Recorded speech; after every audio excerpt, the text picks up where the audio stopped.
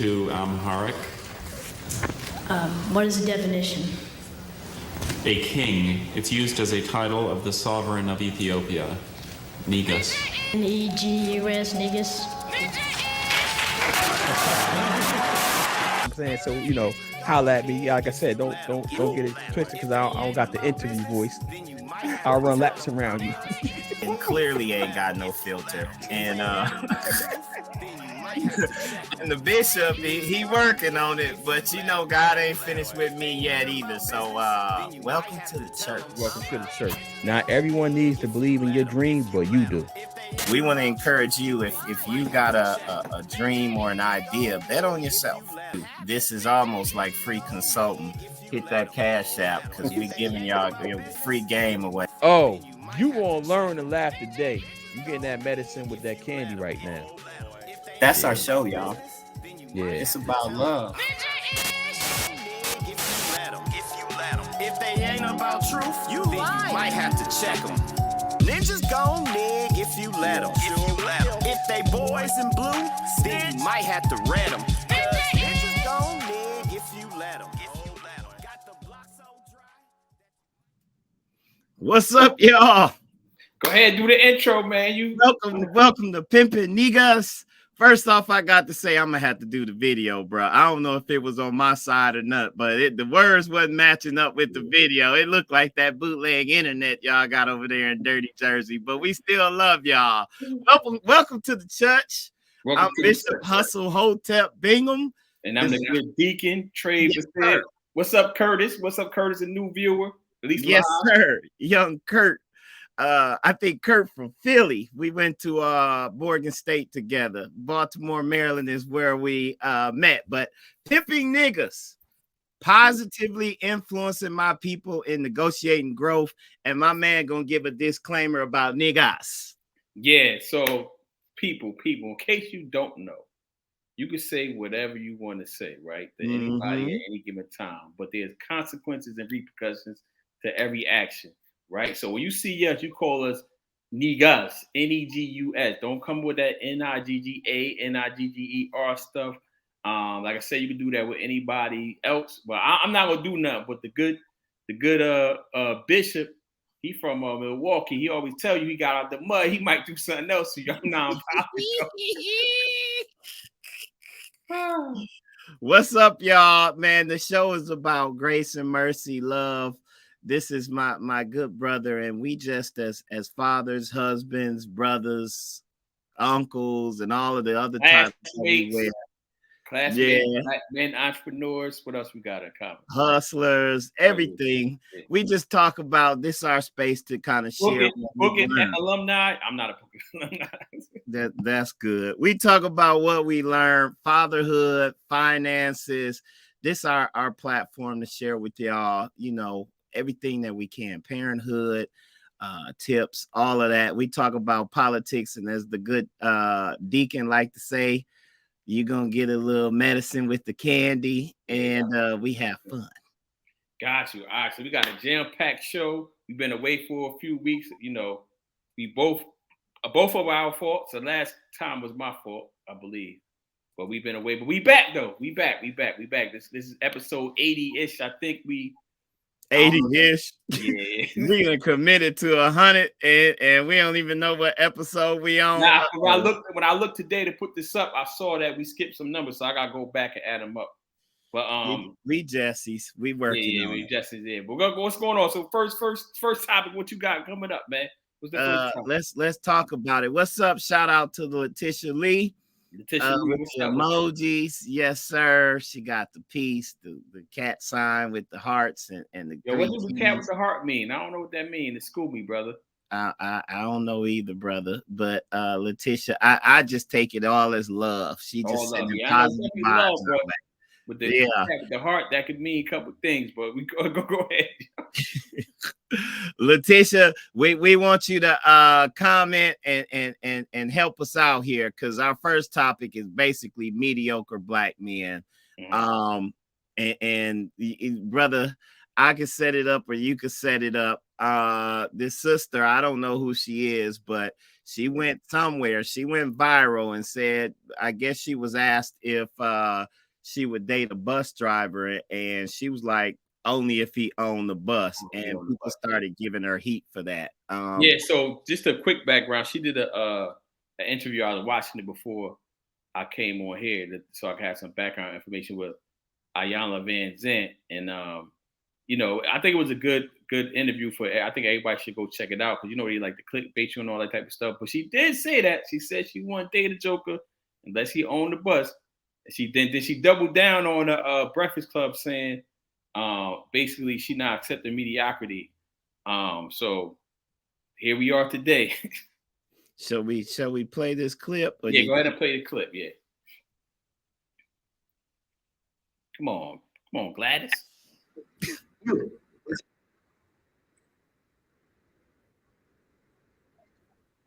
Technical difficulties. Oh, y'all can't hear? I can't hear nothing. Yeah. Oh, wow. Y'all let me know in the comments if y'all can hear. But the point is, Ivana asked her, Iyanla, I don't even know how to say her name, would you date a bus driver? And she was like, if he owns the bus. I could tell you from this picture, her face already looked stern as she was waiting for the question, like she ain't going for that. My opinion, I'll go first, good deacon, is I ain't mad at her. You accept what you accept. I guess that's just like, you know, I think this, I don't know why this went viral. Her standards is her standards. We all got different standards. That the equivalent to no, we can't hear that. Okay. The equivalent would be asking a guy, maybe I'll do it here. Good deacon. Yes, sir. Would you date a stripper? No, I would not, sir. Oh, you about to go viral, bro. Why you wouldn't date a stripper? You So, think a stripper is beneath you? What? Nah, so it used to be one of these guys that we went to Howard with. He was a year ahead of us. I'm not gonna say his name because he's never tuned into the show. But he used to always be on like going like on the social medias when this was like when the gender wars were real serious. I guess they are serious, but I'm unplugged. And he was like, yo, like basically like not dating a porn star, stripper, your toxic masculinity and all that type of stuff. He used to say this in public, and I'm like, yo, in the background, I'm like, yo, bro, I know you want to date a porn star, right? You want to date a stripper. Everybody has their own requirements and what they want from a mate. So I'm not mad at it either. The only thing I'm mad at her, I'm not even mad about, because she gotta live her life, right? So whether she want to get married or not, whatever.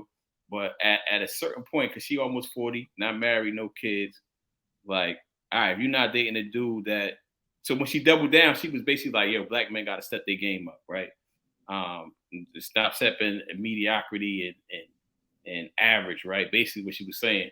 And it's like, yo, most people are average, bro.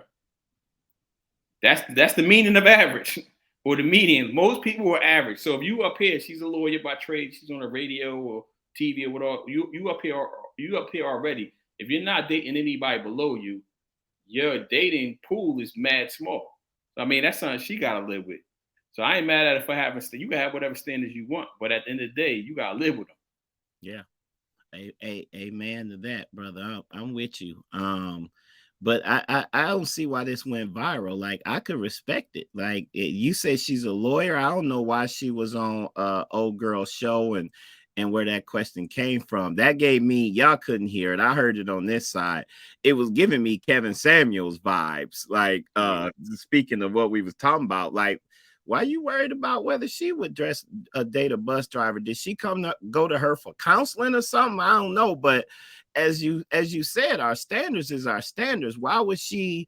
A bus driver only makes so much money. If you know money is one of the things that make you happy, why would you put yourself in that situation where you're gonna be unequally yoked? You bringing in all this money as a lawyer, and you gonna date a bus driver? Like, I ain't mad at her for having standards. Like, keep your mediocrity. Like, I'm good. Like she said, if he owns the buses, then he's an entrepreneur. He may be bringing in some money. I could do that, but I don't understand why this went viral, and apparently our people was dragging her online for this. Yeah, because I think the part that went viral was the stuff she said on well, that part went viral, but then she tripled down on Breakfast Club. Yeah, I mean, why wouldn't she? If you're gonna say something, stand on it. You know, most people don't stand on this stuff nowadays, though. They be backing up and everything. You know that. Well, shout out to that sister for standing on her principles. Sound like me and you agree. That ain't much of a show, but sound like So I will say this though. So, all right, here we go. nah, it's not provocative. I mean, like I said, she has to let's check back with her. I mean, it's her business anyway, but it'd be interesting to see 5 years from now what she would say. Because you say she's single, right? Yeah. She might be single by choice. Yeah, true. Yeah. I ain't mad at you. Sister. I ain't mad at her. You know what? We talked about this on the last show. Actually, I think when you posted something about it was some famous couple had an open relationship, and I was like, yeah, whatever people makes them happy, bro. I'm out. I don't have no opinion on it. Oh, that was Candy and from Escape and Todd or whatever. But they live in Atlanta. It's different. Yeah. All right. Speaking of standing on stuff, you know, you used to joke. I believe this was you. He tried to buy NBC talking about Cosby and BT. Yeah, when black men get taken down by the media, it's because they trying to buy a media company. So you heard it here first. Watch out for scandal with 50 Cent, Kenya Burris, and Shaquille O'Neal. Why they got that man's name spelled wrong? I thought his last name was Burris with a U. Yeah, that's what I thought. They got Kenya Barris. I don't know. But I like this move, man. They apparently P. Diddy is in the mix too, maybe not with them and Tyler Perry. So it's our people competing against each other, but they trying to get BET and make it back. And I think Diddy, here's this quote right here. Media is the most powerful industry in the world, but it's the industry where we have the least amount of ownership, influence, and control, he wrote. And you know, Kanye tried to tell us, Kyrie tried to tell us, and we saw what happened to them Jessies. Yeah, I think BET, what's BET numbers like? But bro, I'm gonna need you to stop hitting the buttons. I'm the gladdest here today. Hey, you be keeping it I'll up. take it down when I take it down, Jesse. You be keeping it up too long. I need you to boom, boom, boom. You gotta be boom, boom. But BET, I wonder. I don't really watch TV, so I don't even know like what shows they got. What shows on there, like what original programming they own. Because at the end of the day, it's a network, right? So I would think the value is in the trademark, the intellectual property, and then the other value is in what they own. I just don't know what they own. I mean, I guess if you want to try to bring it back, I guess. But I don't know what's on BT, honestly. But we do know we don't have like one channel for ourselves. And maybe, you know, the jokes, we've been talking about it. I think Tubi is some independent platform that allow anybody to create movies. I've been seeing the jokes where, yeah, some of the videos is terrible. But imagine if Power, Bel Air, I'm watching Black Jesus. All American Homecoming. Oh, it's a good one. We're gonna talk about it later. That's Black Jesus, the one that was the comedy thing. Yeah. That's what Boondocks, Aaron Recruiter, he had to give up Boondocks to create that. Black Jesus, got you. Yeah, I know Black Jesus. But Black Jesus is funny. Yeah, they make money from our attention. So if we watching shows and tuning in, we see the power of our shows. Like I ain't had to beg. Shout out. I said I was gonna do this. Shout out to Kimberly. I am forever grateful for Peacock because I was too cheap. But I've been able to watch Bel Air on there. Imagine if all of these, if we had one central station instead of having to buy all of these independent apps where they underpaying the creators and the actors to do this, and it was one central platform. I mean, I like it. I think it's a good idea, and BET stock could really go up because I think he had all the power there, all of these shows that we have to go get these little apps for.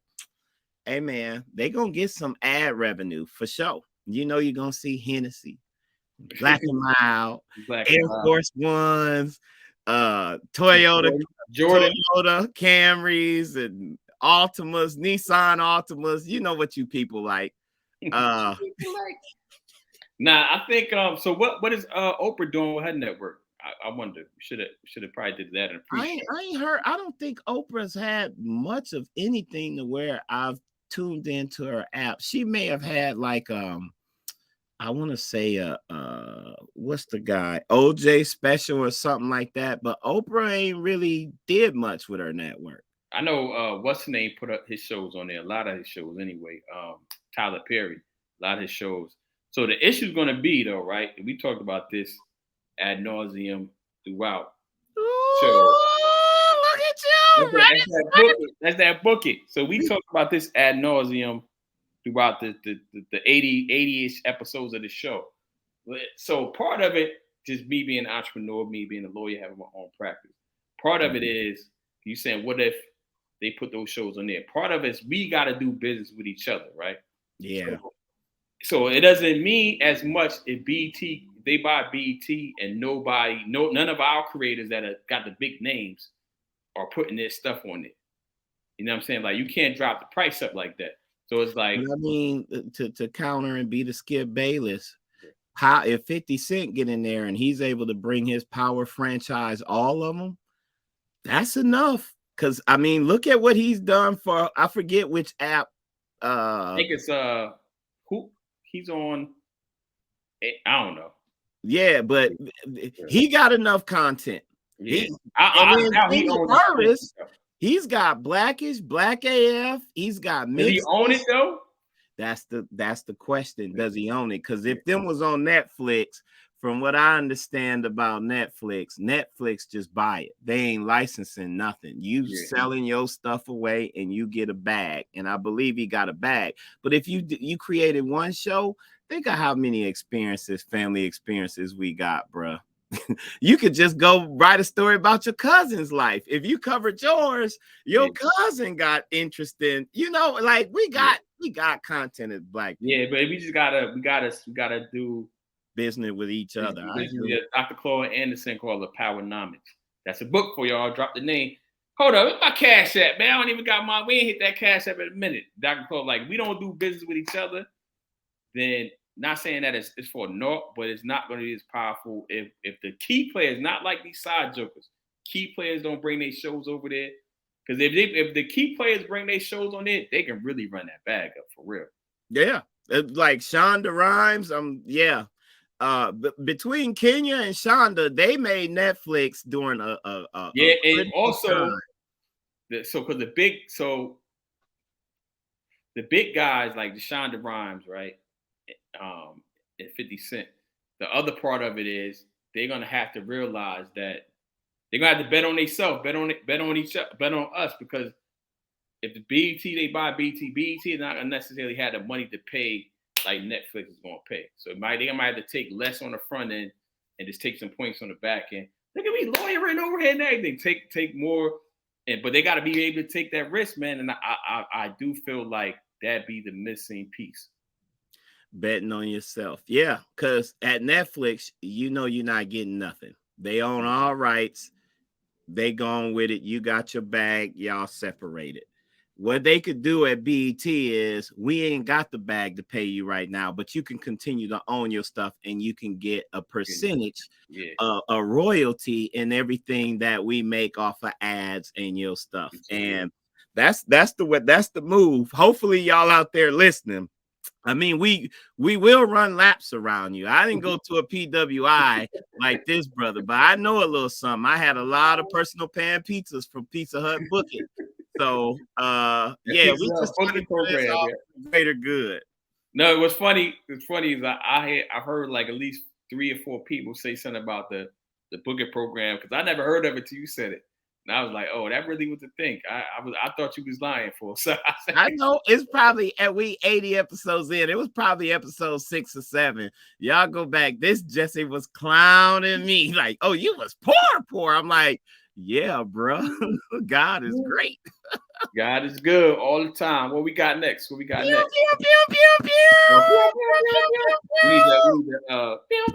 sound effect.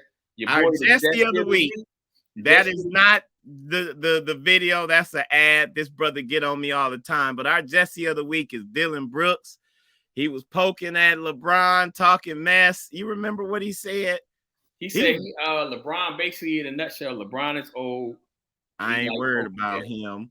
Naeem, what's up, man? We got to connect. We've shared numbers. He's for the, what's the name? Try to get him on the show as one of our faithful viewers.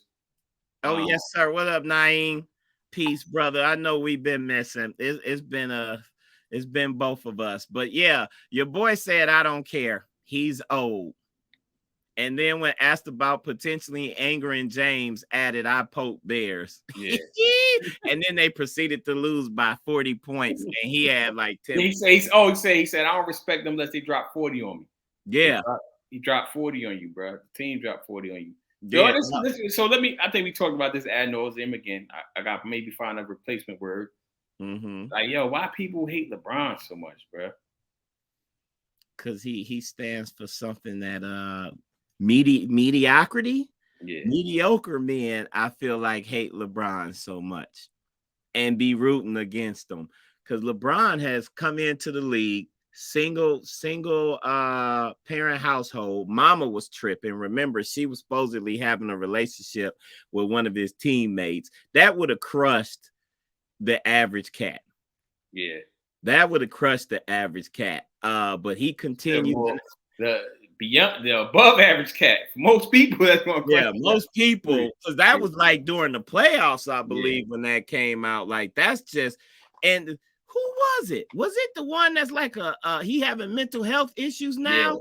Yeah. I forgot Deontay something. Light-skinned dude. Yeah, Deontay, I think, something like that. Yeah, like that's crazy. But I mean, he ain't had no scandal. He been with the same woman. He raising his kids. He's trying to be there and balance. And he seemed like he balancing because he building his empire. He's building his legacy. He's building his family. And they just hate him. And he's standing up for social justice causes. The only slip, I believe, was when he got on Kyrie without fully understanding. But other than that, I've been with the brother, and I don't understand why people hate. I think the media turned against him when he made that decision. The decision. But even with the decision, not to go down this LeBron, go ahead. This LeBron rabbit hole. But even with the decision, like, how can you hate a man he's a free agent? He fulfilled his obligations. He took them to the finals. He took that team. He took them to the finals. He's a free agent. All his boys he came in with free agents. Yo, when you go to the court, who do you pick up? When you your boys, right? You like, yo, I got him. He just did it for the NBA. It was the first time that we seen it done on that level. And so people was hating on that, but it's also like, yo, bro, he's a free agent, man. Like, why wouldn't he do what he was going to do? You rather be stuck in Cleveland or Miami if you were young. And he was young at the time. You want to be in Cleveland or you want to be in Miami? He was a trailblazer because and in the power with the whole league. Everybody started like, yo, taking they betting on themselves. Like, yo, I ain't signing this long-term deal no more. Yo, give me 1 and 1. I'm gonna give you 1 season. We're gonna renegotiate or I'll re-up next year, depending on how we do. Like all the top dogs except for Steph, because Steph got his long-term contract when he hurt his ankle. But a lot of people don't know that. That's how they were able to get. That's why he's loyal. Yeah. But all Kyrie, KD, LeBron, James Harden, all of them did it after him. Like, I can't be mad at a Joker for feeling. All you could do is respect. Real Negus is gonna respect him for taking that on the chin for the league. That did change the power structure of the whole entire NBA. And I understand why the rich owners and their media buddies would try to clown him. But at this point, it's like, man, y'all got to stop hating on this brother and appreciate greatness. If he never gets 6 championships, he's done more for the culture and the NBA than Jordan ever did. Yeah, and then, Naeem hit on this too. I think most of the hate, me and my boy be talking about this, what we used to. I think most of the hate that is coming from jokers that don't want their childhood messed up, bro. Like, because everybody was trying to be like Mike. They were doing the commercials, tongue out, all of that. Like, yo, it's okay for somebody to pass your hero. It's fine, yeah. And then, we're gonna talk about this later, but it's gonna be maybe this is a bridge into like the Giannis commentary, right? It's like it's only in the league where it's only in sports, I think, where we think like you losing in the finals is equivalent to you losing in the first round. It's not, bro. It's not, yo. Or you losing in any round prior to the final, we think that is equivalent. So they be like, yo, Mike is 6-0. But Mike he only made the final 6 times. What he was doing all them other years? You stealing the thunder away, but we can't hear the sound anyway. So Dylan Brooks, for testing LeBron James' greatness and gangster, is our Jesse of the week. We went off for Dylan Brooks. Yeah, because that was a Dylan Brooks segment. We went on to LeBron. Yeah, that's that ADHD. I don't know what happened to the rest of the title, but speaking of the Lakers, how you feeling, bro? Do you got Lakers or Golden State tonight? Well, I said the Lakers are a sleeper. I said that early in the season when they was getting crushed. Go back to the tapes. I said that early in the season, Lakers are a sleeper, and I think they're going to do better than what everybody think they're going to do, which they have done so far. But I do not trust Anthony Davis nor LeBron at this point to get through the whole playoffs without being injured. So I think that's why I can't definitely go all the way in on them. I think they're going to get the Warriors out of here, though, honestly. I'm going to say this. LeBron, when he went to the Lakers, went for AD. Here's a young guy who can do all things. We saw that in game 1 where he had like 30, 23, 5 assists and like 5 blocks. But that Jesse is notoriously inefficient and inconsistent. Like when he's off. Yo, drop them words again. That's that booking right there. Y'all hear it, yeah. Notoriously inefficient and inconsistent. Yeah. That next night, game 2, man, they could have had that. LeBron tried his best. I'm not expecting much of LeBron because he old, bro. He getting up there. He getting close to 40. He shouldn't even be playing. He just playing for greatness and because he better than half these cats at his age, which he just proved to Dylan Brooks. All right, call me old if you want. I'm a team player. He ain't never been no Kobe or Michael Jordan type of player, and that's probably why people have knocked on him. But that AD, man, sometimes he be playing like he on drugs. This article, I'm mad the title ain't there, but it basically say the Lakers can't afford to have off nights from Anthony Davis. And they go on the show somewhere, man, this is his here it is right here. This is his pattern. Game 1, 22 points on 17 shots. Game 2, 13 points on 14 shots. This against the Memphis Grizzlies. 31, 12, 31, 16. Man, you can't have that, bro. This the playoffs. You don't get no off night. And I remember he used to be whining and complaining when he first got there because he didn't want to play center, even though he's 6'10", because he didn't like the bump. I just think dude is soft. Is sad, but that's the AAU culture. He was the number 1 draft pick, went to Kentucky, all of that. It ain't in him. Like our boy Jimmy Butler, who was homeless, who relishes in sitting you down. I can't wait to see the next Knicks game because I guess when the Knicks was winning, I didn't see the whole game, but I saw a clip. I saw Jimmy Butler in one of them doo-doo brown Kanye West jumpsuits like he poor on the sideline, and somebody in the audience was chirping at him, and he was just like, okay, I got you. Yeah, they coming for his neck in the article, but it's justified, George. Like, man, you can't do that. 22, 13, 31, 12, 31, 16. This your pattern, bro? Like, we might as well, after you have a great game, we ain't going to throw the ball at you that much. Come on, D-Lo, this your chance because we know Anthony Davis finna check out. You can't win a championship like that, bro. You know what it is? I don't know what it is. He already got one. That's what it is. He already got one. Yeah. I think he might be injured, man, because these numbers. They already injured. This was when he was with New Orleans before. Like this article, they show this is his pattern, man. Okay. He consistently inconsistent. You can't have that. That's what he's consistent with, being inconsistent. I ain't coming at you, George. I was agreeing with you. They look. They should have came for him. LeBron gave him some a pass, like, well, our defense. No, bro, I'm pulling him to the side, like, bro, if we give you 14 shots, at least get to the line, man. If you'll jumper off, go in there and bang Green. Because the longer you let Green think he can hold you, the bigger Green head is, and it's gonna actually come true. Yeah, that's true. Because he's a dog. Yeah, he never, you're right, Naeem. He never had no dog in him. That's why I'm saying that AAU culture. And I feel bad for LeBron, because when LeBron went there, he said this is AD team.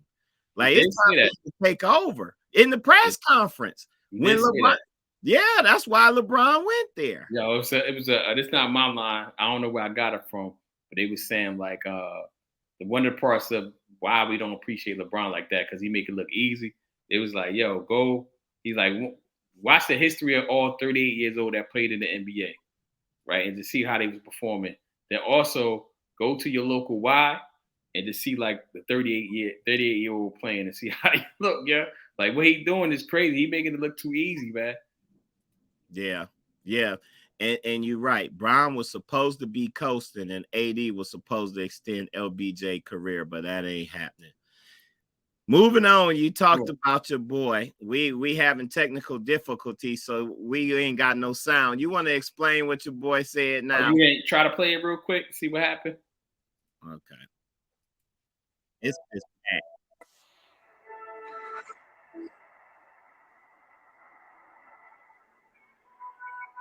Oh, all right, we can't hear it, so it's cool. Well, if y'all didn't know, some people said your boy Giannis gave a TED talk on failure. He was like, basically, if you do this in your job, or doesn't make you fail, you don't do this, whatever. And I think where he messing up at is, yo, bro, y'all was the number one seed. I think we both said we thought he was gonna win it some episodes back. Yo, bro, we thought you was gonna win it. You was the number one seed. You lost to an 8th seed, bro. That season is a failure. Yeah, and I agree. I also think he got a good point about, working towards a goal or whatever. I think he was just a little ticked off at this reporter.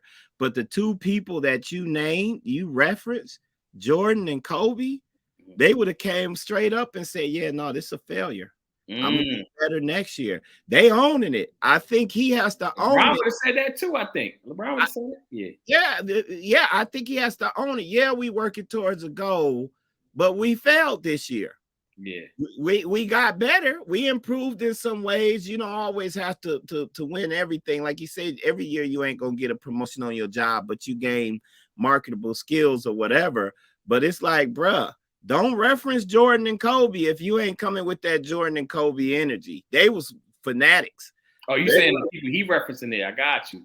Yeah, he referenced. He was like, was it a failure? Would Jordan consider it a failure? He only made the playoffs 6 times, like you were saying. Like them other years, he was about to go. Yeah, it's a failure.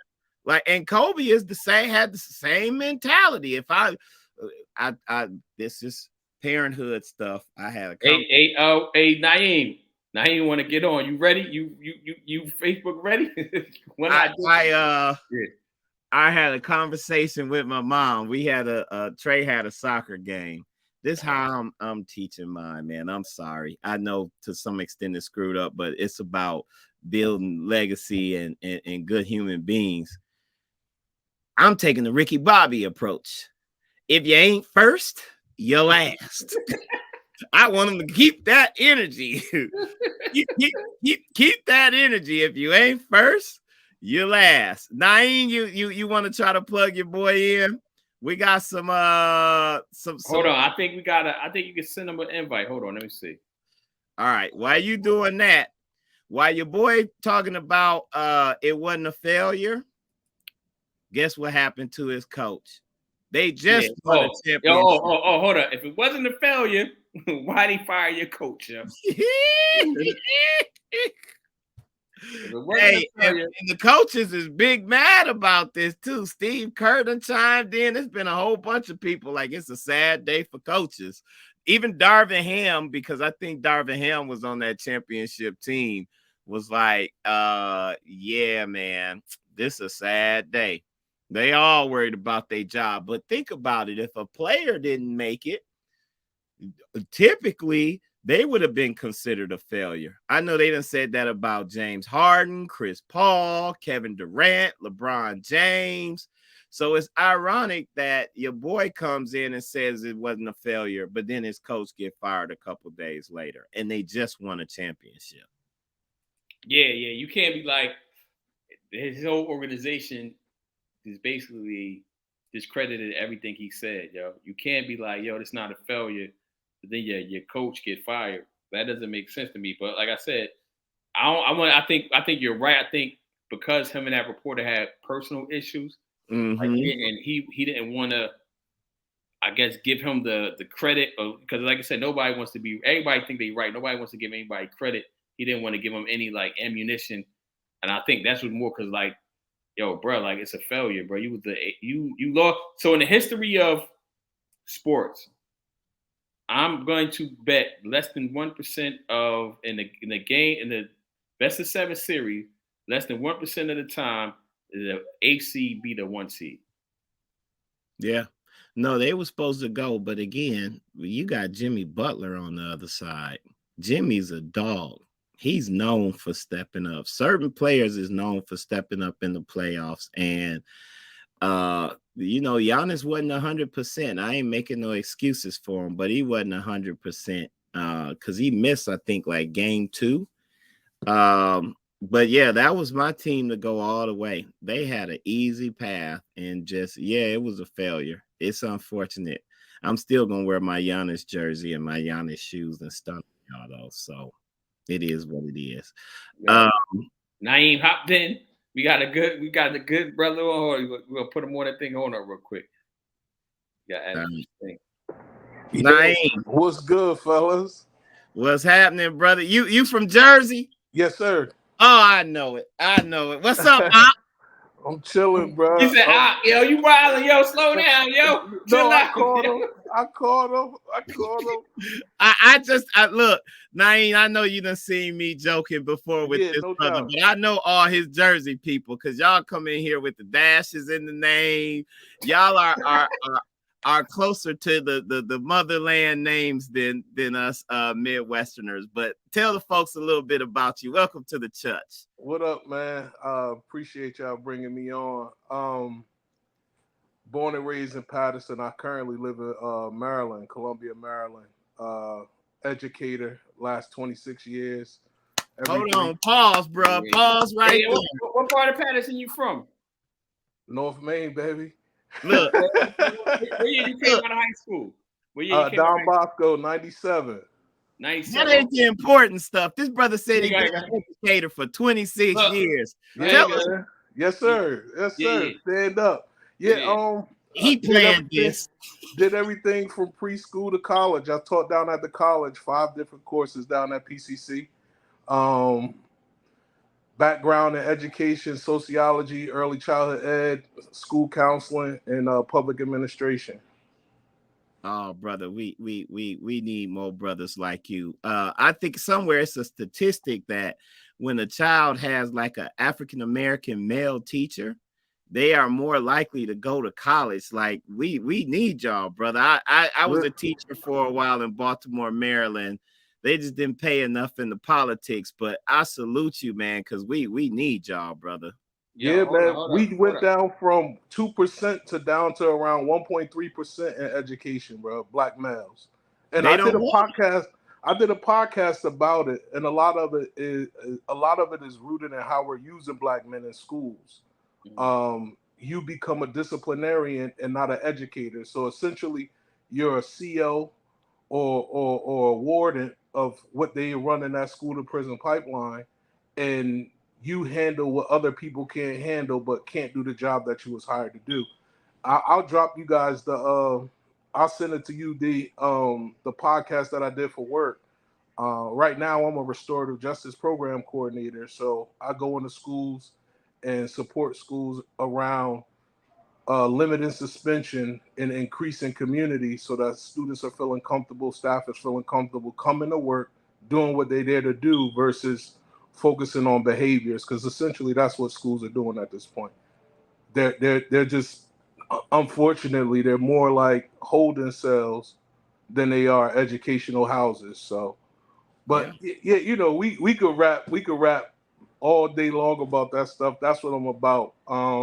But But for that's me, what we love on this show, brother. It's about love. I don't know where the good deacon went, but again, I respect it because he having that janky internet. I respect it because again, man, like you said, they basically make us the overseers. pretty much. Yeah. And even as an educator myself, like when I talk, I do a lot of speaking engagements now. And when I talk, I've been in education 26 years. 24 of those years, I was doing it wrong. I was doing it just like the system wanted me to.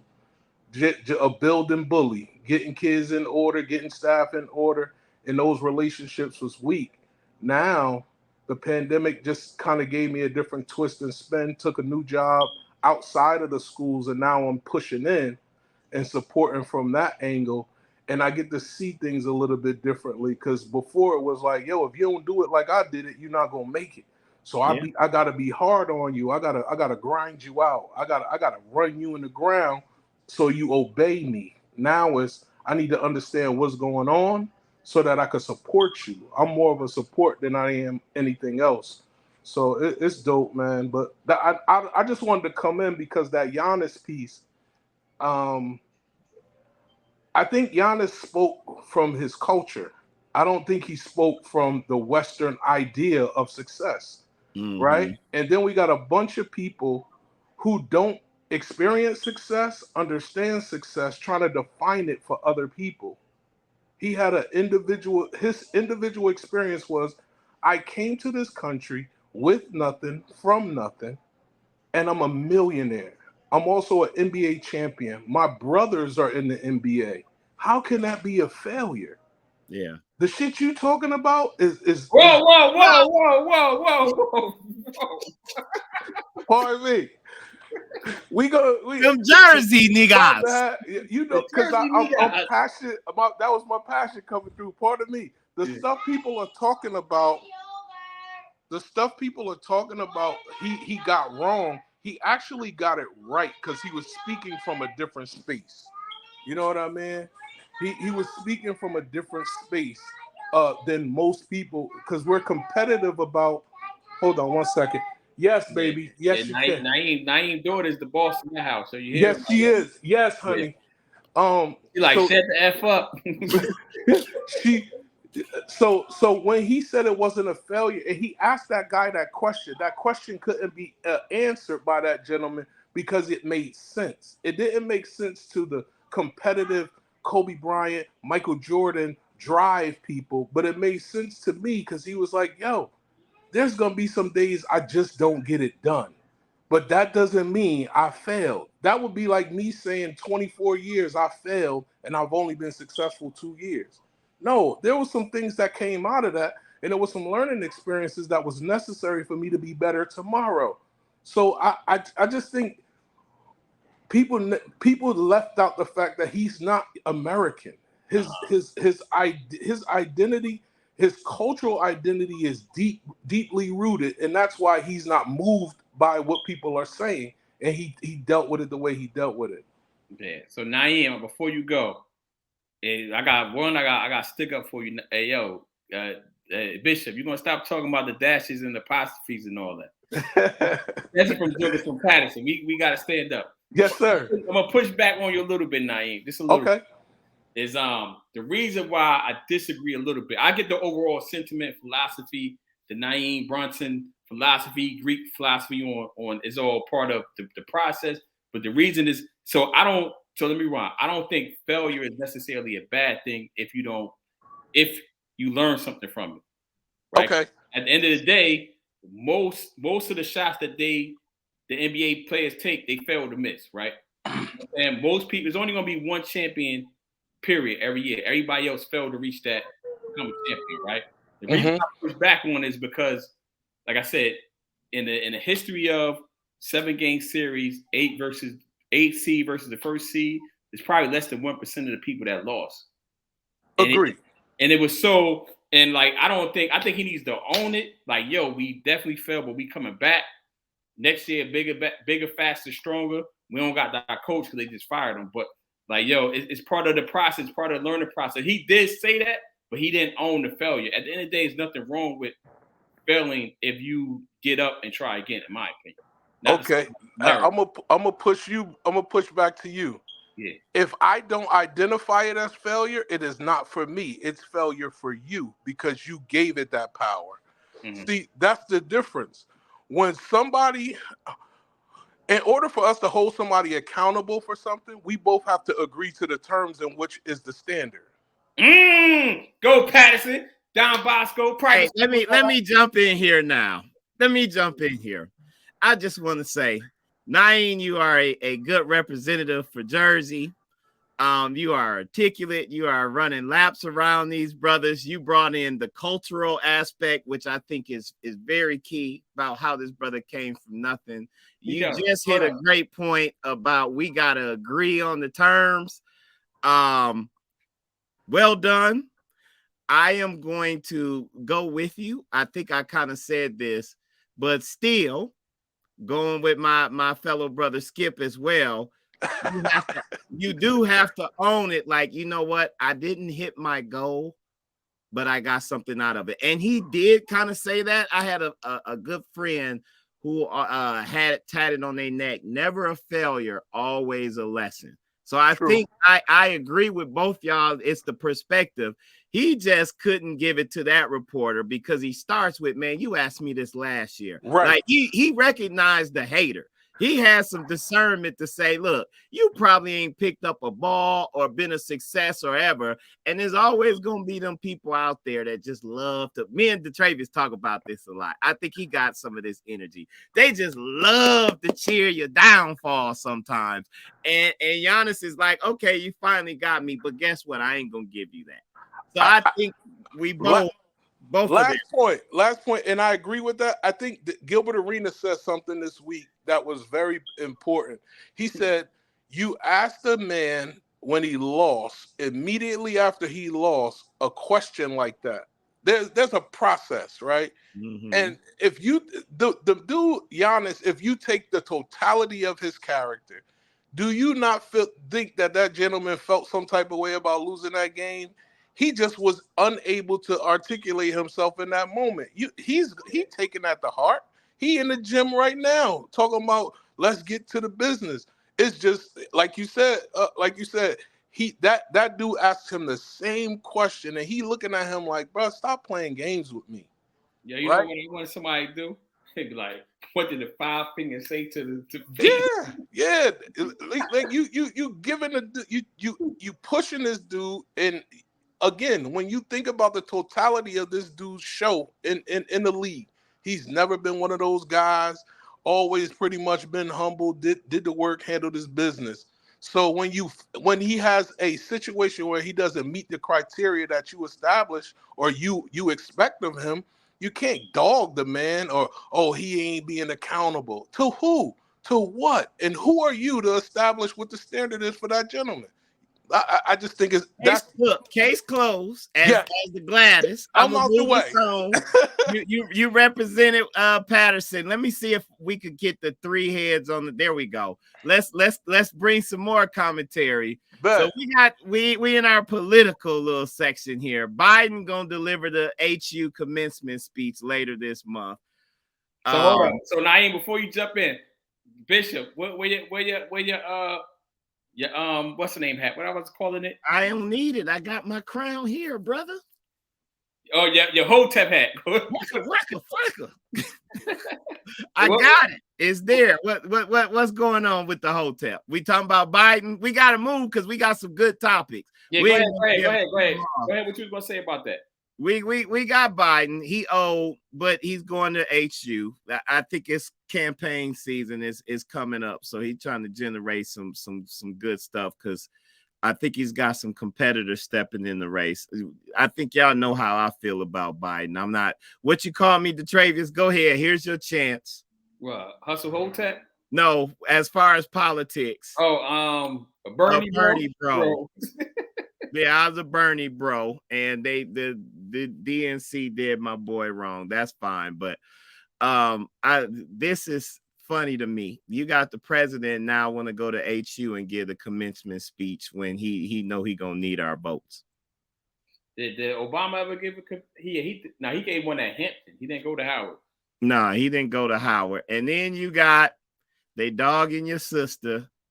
I know Naeem got something for this.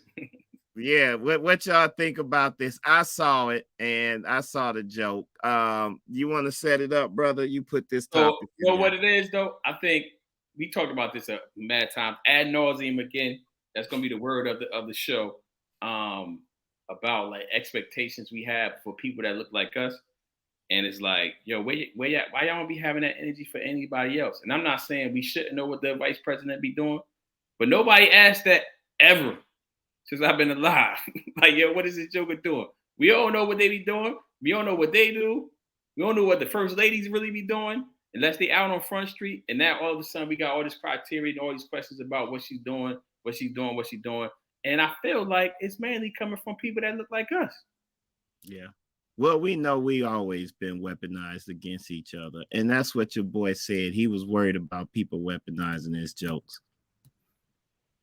What you got, Naeem? You ain't silent. You look, you're an articulate brother.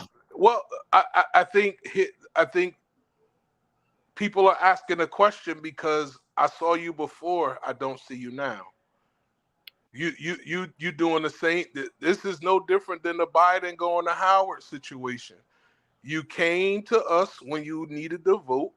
We stood behind you, and you disappeared. And to be quite honest, probably been the most absent visual person that was elected into that office in a while in my mind. So I think it was people are feeling used and they looking for some get back as far as Biden. Because Biden was he was absent. Yeah, well, I mean that whole presidency situation was weird, right? So people like, hey, you came, you got the vote, where you been? And they're looking for a return on their investment. That's all this is. They're looking for a return on their investment. I agree. And I will say Biden was used the same way by Obama. You from Pennsylvania, you could get them borderline races online, but then we gonna park you. And now Kamala, you was used to get our vote. You was all in your pink and green. And I see it like what's her name? Hillary saying she carry hot sauce in her purse. Right. Like, come on, man, y'all pandering. We gonna have to end this pandering.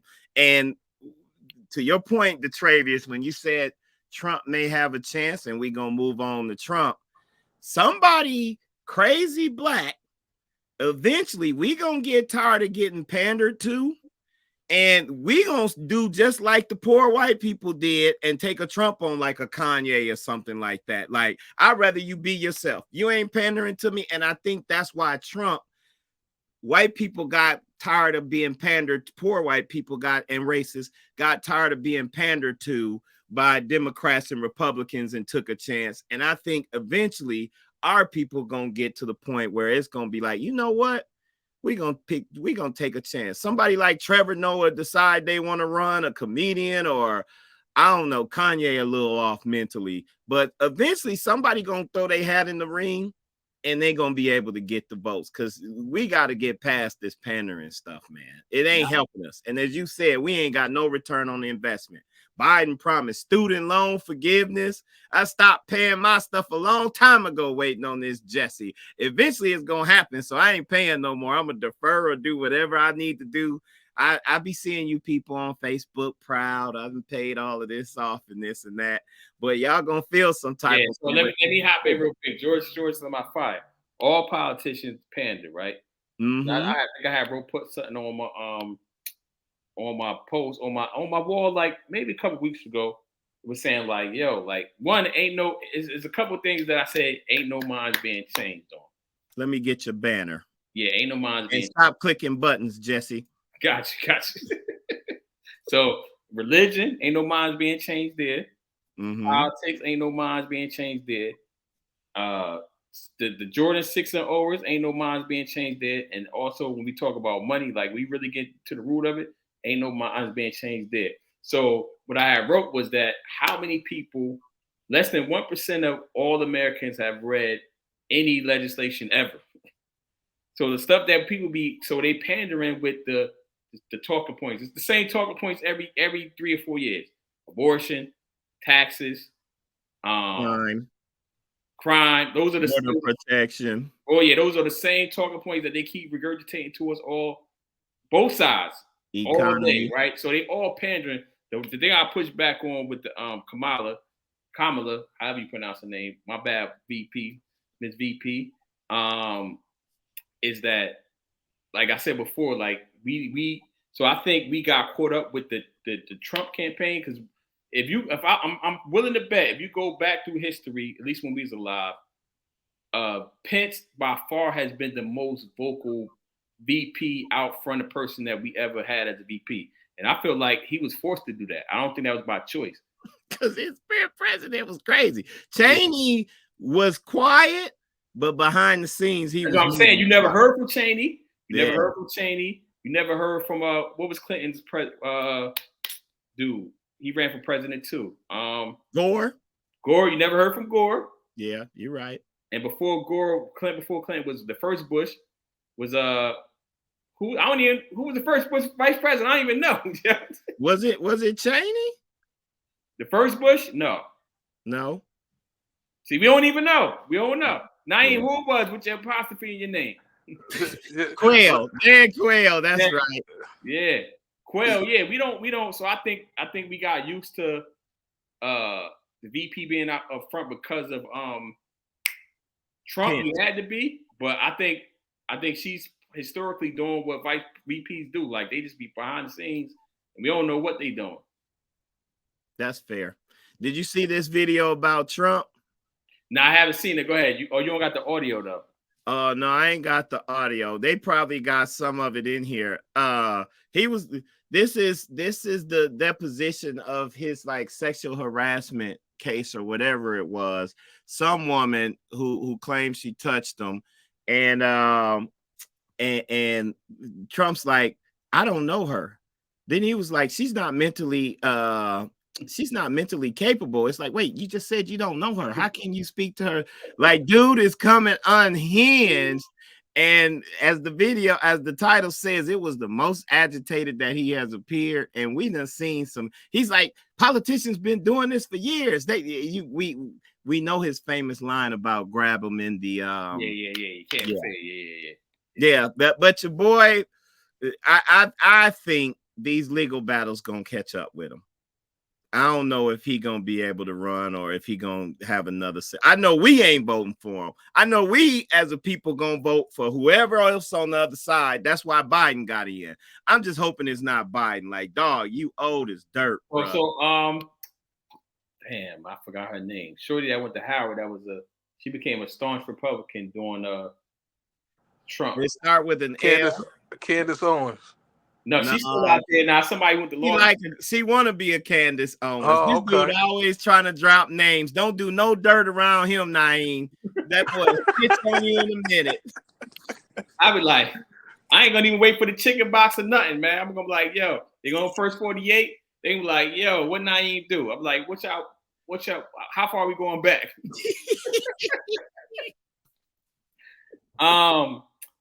What I was saying, you made me lose my train of thought, yo. Oh, the lady is she still? I'm not on Facebook. Like, no, she's not. She's changed. She's become an author now. Oh, she's an author. I actually brought her book and read it. Yeah, I know exactly who you're talking about. I just don't be saying no names. I forgot her name. It started with an E, right? No, it's an L. Initials is L.A. Okay. George, you see. Anyway, moving on. Yeah. This Jesse right here, Clarence Thomas, boy, they got him by the cojones now, man. He got all kind of scandal coming out showing that big Republican donors have been paying his child tuition. They done bought a house for him. They done paid for vacations and jets and Stevens between is it John Stevens? Is the justice? George, you good on this? You still in DC. Whoever the chief judge is in the Supreme Court, I think it's Chief Justice John Roberts. They keep asking him, y'all gonna do an ethics probe? And he's stuck between a rock and a hard place. Like, how you gonna kick the only black male Supreme Court justice that's part of your party out off the Supreme Court? But Clarence got to go. I'm sorry. If this was like the stuff that they paying your tuition, bro, you knew that was unethical. Like the article after article, they got it in here where it's just showing not only are they paying for his private boarding school, but they done bought property from him and all kind of stuff. And it's like, I like this picture. Just keep his face on the screen. Like, you got to go. What y'all think about that, though? Naeem, I definitely want to hear from you, brother, because you seem like you run laps around with these cultural. Nah, you know what it is? It's the way you do it. He fell for the bait. We're gonna befriend you. We're gonna bring you in, then we're gonna set you up, and then we're gonna expose you. And it's the way of the world when it comes to that politics game. You know what I'm saying? It's all celebrity, all that whole vibe is. I'm gonna bring you up, and then I'm gonna bring you down, and you just got to figure out at what floor you want to get off before you hit the ground floor again. That's how I go. Yeah, I wanted not to do good job with the apostrophe in your name. Tell them you stand up for the apostrophes in their name. You know what I'm saying? I think for me, I'm interested to see, like, I wanted to come to light. I want them to do ethics on all the jokers. Yo, they got lifetime appointments. George coming through with the knowledge. Go ahead, read it. Oh, the non-justices of the Supreme Court are the only federal judges not bound by the code of conduct of U.S.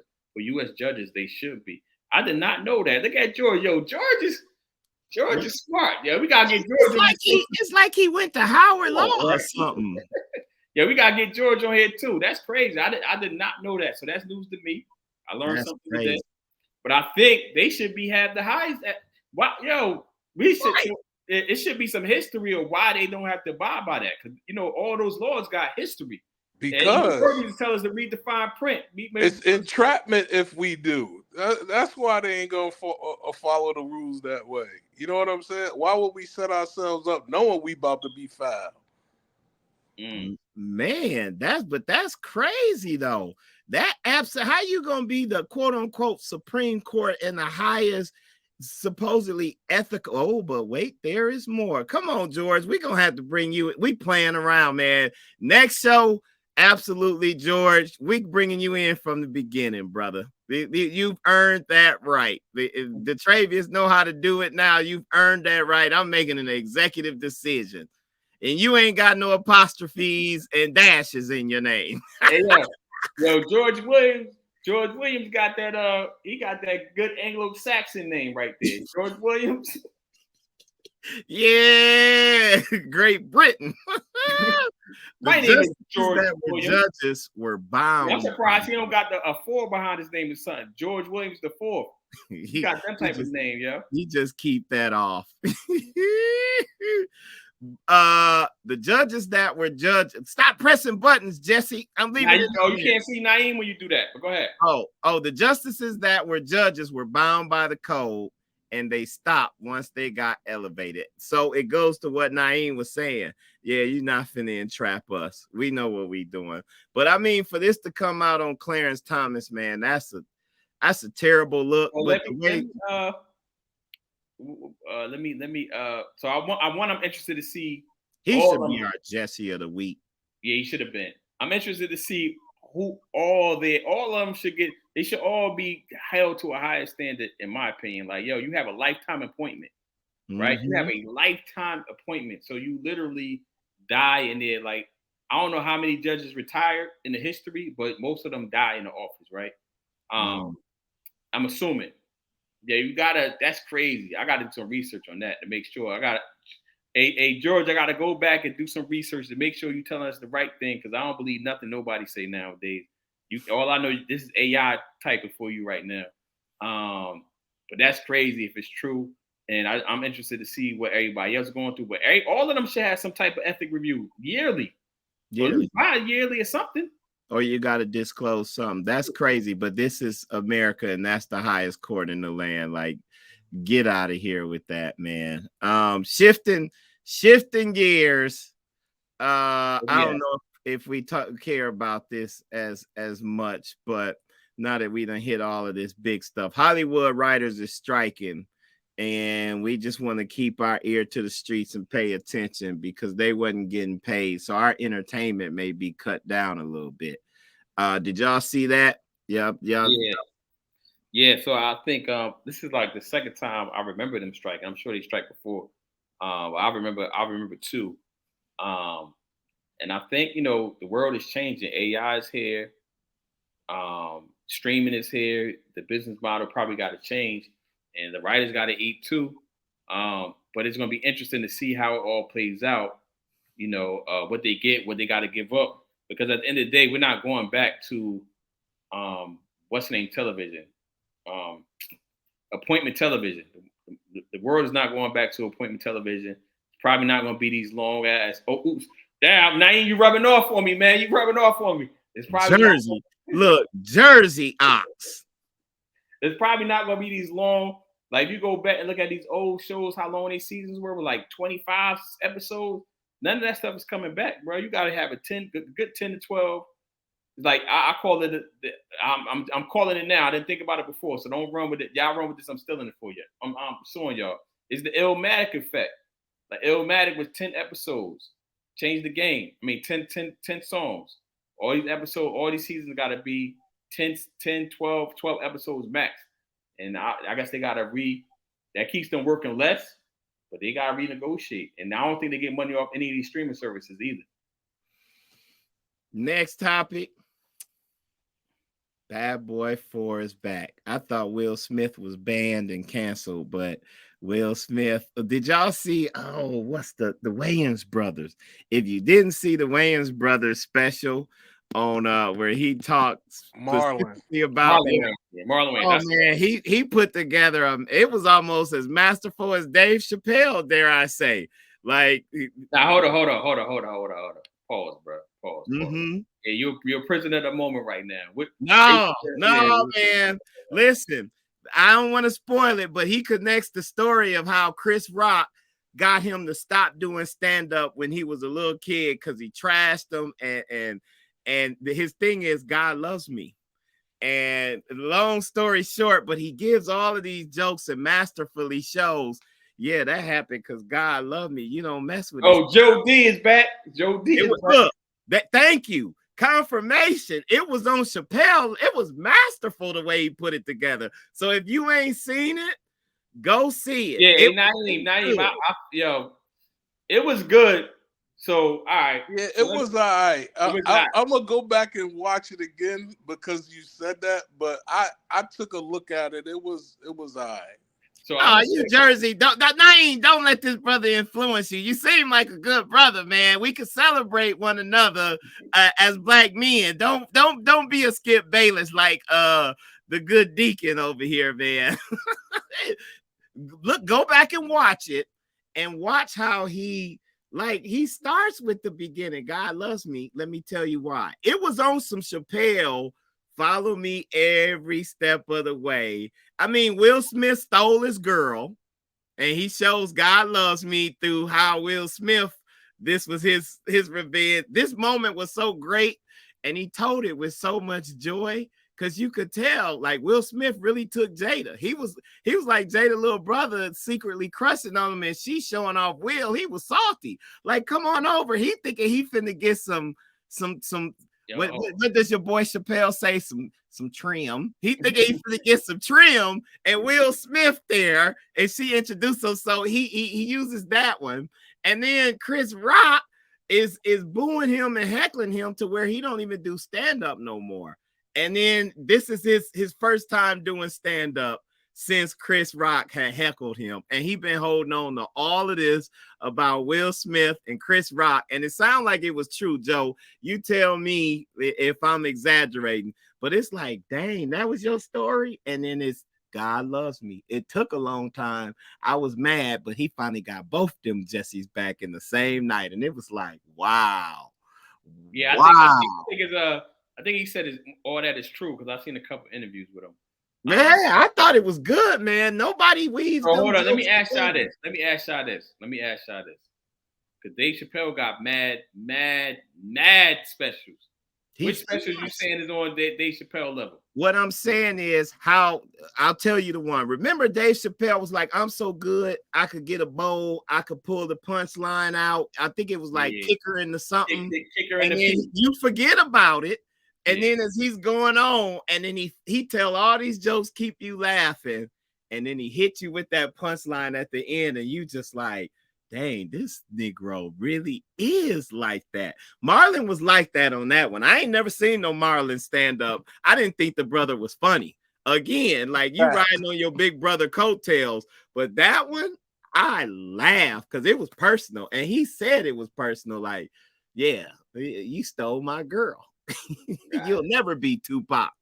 That just gave me great. Actually, you should like it, DeTravius, because low key he was like a hater on both of them throughout the whole special. You should have been cheering them. Yo, you wow. Next subject, man. We got closing out. Yo, next subject. Cancel. The next subject. Well, you know what? Since we talking about Hollywood, what TV shows y'all watching? Movies. We'll save the book Sacred Marriage for another time. Naeem, you married? I'm engaged, bro. Oh, go get the book Sacred Marriage. I'm gonna put it up on the screen before we leave. Go get that, read it before you say I do all the way. Okay. What you watching? Trave with the apostrophe. Did he freeze? Oh, that Jesse froze. Look, he plotting. Look, he froze, but look at that. Look in his eyes. He plotting. There you go. What you watching, brother? Yo, we try to, times is hard right now. I had to switch over to that quick cricket Wi-Fi, man. It's going in and out, man. Oh, Dear Mama on FX. All right. Joe D asked us, did you guys touch on the prize issue? No, we didn't. We're gonna have to cover that next week. So Joe, you make sure you hear. George, study up on it because you coming on, bro.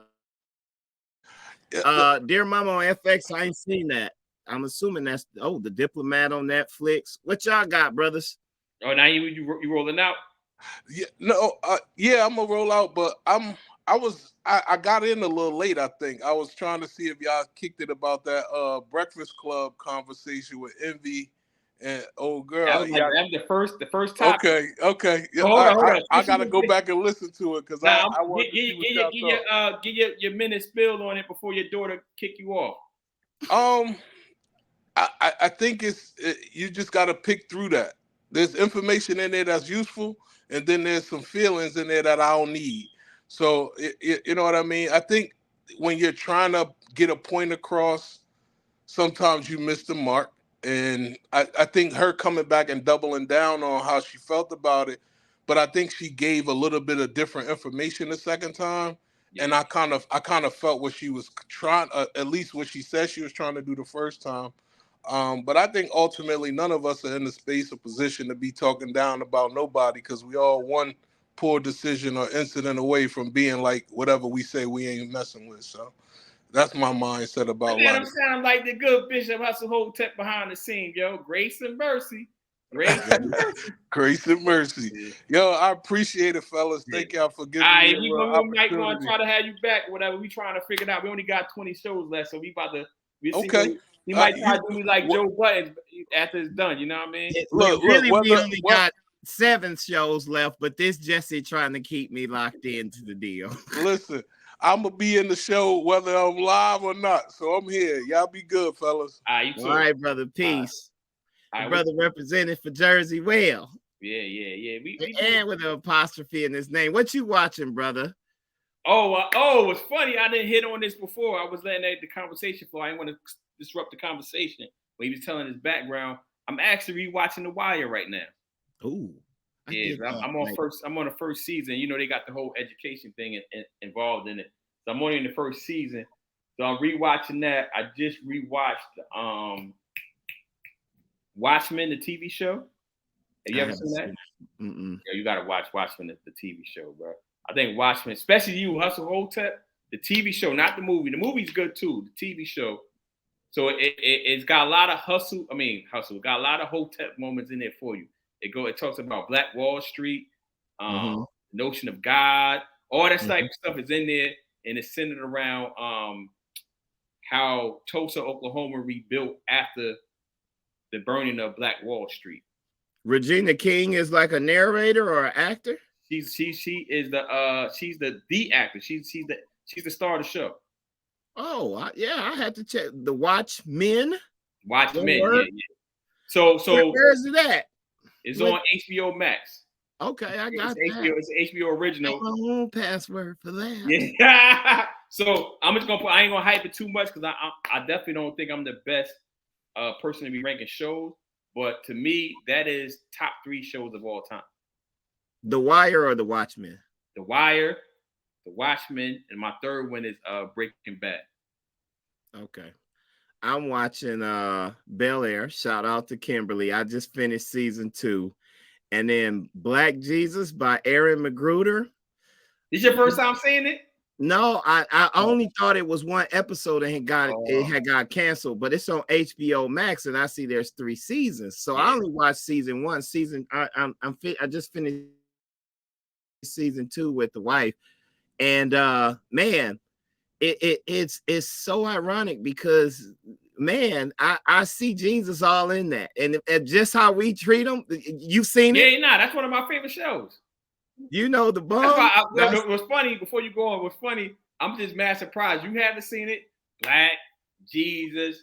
I seen season 1, but then I cut cable off. When season 1 premiered, when Aaron Magruder was going through that, I watched it to support, and I saw all the controversy, you know, religious Hotep saying it's blasphemous and this and that and yada, yada, yada.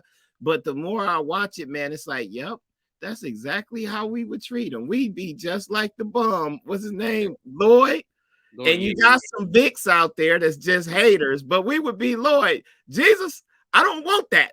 Good news is a new car, a house or something. What he say? Darby. I got to tune back in. That's one of my favorite shows. You know, the Boondocks one of my favorite shows too. So yes. I don't think I ever seen season 3. I think season 3 got kind of corny.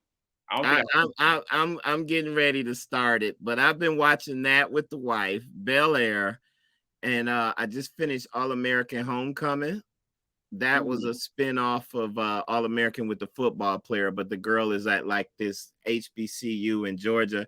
And then somebody put me on the Bridgerton. So I'm on like episode 3 watching that. And I was about to turn it off at episode 1. I got problems. Y'all pray for me. But I'm like, man, Shonda Rhimes, you trying to be like Game of Thrones with this introduction and a bunch of old school white people. I ain't trying to watch this. But then they brought a sister in and she was the baddest one and everybody was courting her. And then the Duke came in and he was a brother. I'm like, oh, we the ones this makes us look good and highly desirable. I think I'll continue watching. Yeah, I gotta watch it. I think my wife is watching that now. I think she just started it. But shout out to Kimberly then. We had to have some watch parties or something if that's okay with you, brother. Got you. Got you. All right, what we got? What's the last thing we got? We'll say the book Sacred Marriage, man. That's it. You got anything you want to give to people? We don't went over. This ain't no episode 80, Jesse. We on like episode 89 or something. Yeah, you always be adding 10 episodes, bro. We not on. We definitely not that high. I mean, I feel like you be taking 10 episodes, and maybe I'll be adding 10 episodes. So maybe somewhere in the middle. I'm just looking at the notes, see what else we got. We talked about everything, I think. Yep, except the book Sacred Marriage, but Naeem got that. Let's cover that, and I'll give my personal testimony from my trip. that I just took. Make you get your mind right. The grass always seemed greener on the other side, but the grass is always going to be green where you mow and water it. Yeah. I think it's 60 episodes. Joe D, I'm gonna let you come in here. You're gonna be the Gladys Knight. We're gonna teach you this. What I was gonna say. So I used to have a saying. I gotta bring it back. I say that the grass is always green on the other side because they know how to handle which meaning the fertilizer. They put more work in. They know how to handle the issues. The fertilizer that make it bloom. They know how to handle the issue. They keep working on it while you over there looking at what's going on. They working on it. Your lawn is looking crazy. Your grass is looking crazy. Yeah. So the book got a lot of good tips. So we'll go through some quotes. I recommend you read it too. Sacred Marriage or listen to it. How long is it? It ain't that long. With your Pizza Hut book, you can run laps around that book. Okay, cool. You an educator too. Cool. You forgot to highlight that, but you're a college educator and professor. Yeah, I let them. Got let you know. I try not to break the flow up. So who closing out the show though? Do you want to do it, or I could do it? It's up to you, brother. Go ahead, do it. Right. You watching Black Jesus only because you watching Black Jesus. Go ahead. Heavenly Father, thank you, Lord, for all that you do. Thank you for my good brother for allowing us both to be able to make it this again. We thank you for Naeem joining us and all those who have tuned in and are commenting. We just pray that, it's never a failure, always a lesson. Something could be learned that will positively impact someone's life from the things that we've said, the things that we've shared. Continue to bless us and our followers, our viewers, in your son Jesus' name. Amen. It's good to see you, brother. Good to see you, man. All right, for everybody, y'all know what to do. We had got up to 5 live. Our numbers be going up. If more we promote, we gotta figure it out. But if we be consistent, we know what it is. Be consistent, yeah. Everybody, thanks for tuning in. Joe D. The Anthony Davises of podcasts right here. Yo, we gonna end it on that. Yo.